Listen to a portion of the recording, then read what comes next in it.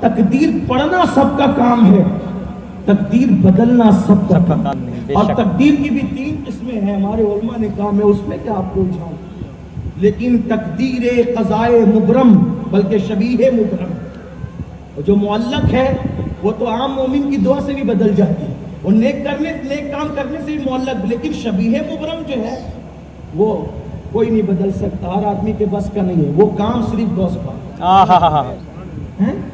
وہ کام آپ کو بتاؤں، آپ کے پنجاب کی بات ہے، اس لیے بتا رہا ہوں آپ کو، بات آ گئی ہے تو غوث پاک تقدیر بدلا۔ یہ آپ کے بالکل قریب میں بہت بڑے ولی کا مزار ہے، ایسا ولی جو 1000 سال میں ایک بار پیدا ہوتا ہے، بے شک، اور اسی ولی کو دنیا کہتی ہے مجدد الفسانی، سبحان اللہ سبحان اللہ، فاروق اعظم کا بیٹا۔ ان کے بیٹے ایک مولانا، ایک عالم صاحب کے پاس پڑھتے تھے، مجدد الفسانی کے بیٹے ایک عالم صاحب کے پاس پڑھتے تھے۔ جب بھی وہ عالم آتے تھے تو مجدد صاحب ان پہ توجہ نہیں کرتے، دھیان نہیں دیتے، ان کا رسپیکٹ نہیں کرتے تھے، کوئی عزت نہیں کرتے تھے، وہ آئے چلے گئے۔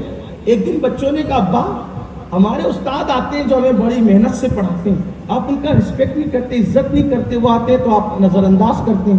کہا بیٹا کیا کروں، عالم تو بہت بڑا ہے اسی لیے تو تمہیں پڑھا رہا ہوں، اس کے پاس علم بہت ہے لیکن اس کی پیشانی پہ لکھا ہے کہ وہ بدبخت ہے، جہنمی، وہ جہنم میں جائے گا، بدبخت اور جہنم میں جائے گا۔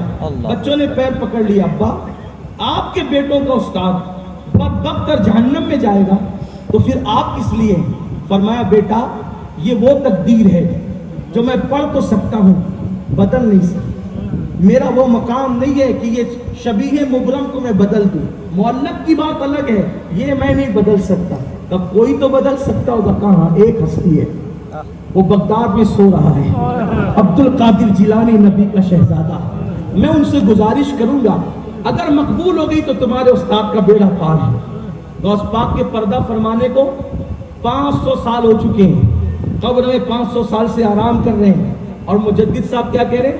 میں رات گزارش کروں گا، سر ہند سے گزارش ہوگی، بغداد تک آواز پہنچے گی کہ نہیں پہنچے گی؟ لوگ تو اسی میں بحث کرتے ہیں، ارے بحث کرنے والوں کی پہنچے نہ پہنچے، دل والوں کی آواز ضرور پہنچے، آواز بعد میں نکلتی ہے پہلے پہنچتی ہے۔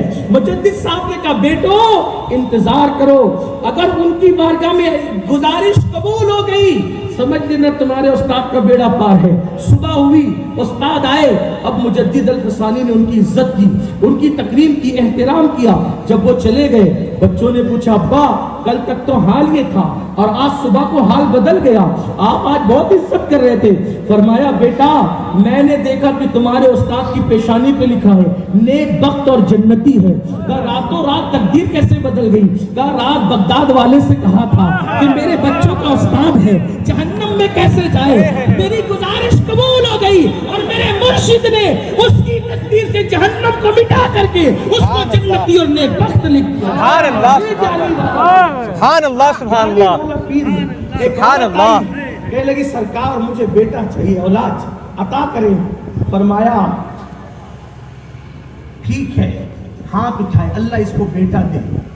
ندا آئی عبد القادر اس کی قسمت میں نہیں ہے، تو کہا اب 2 دے۔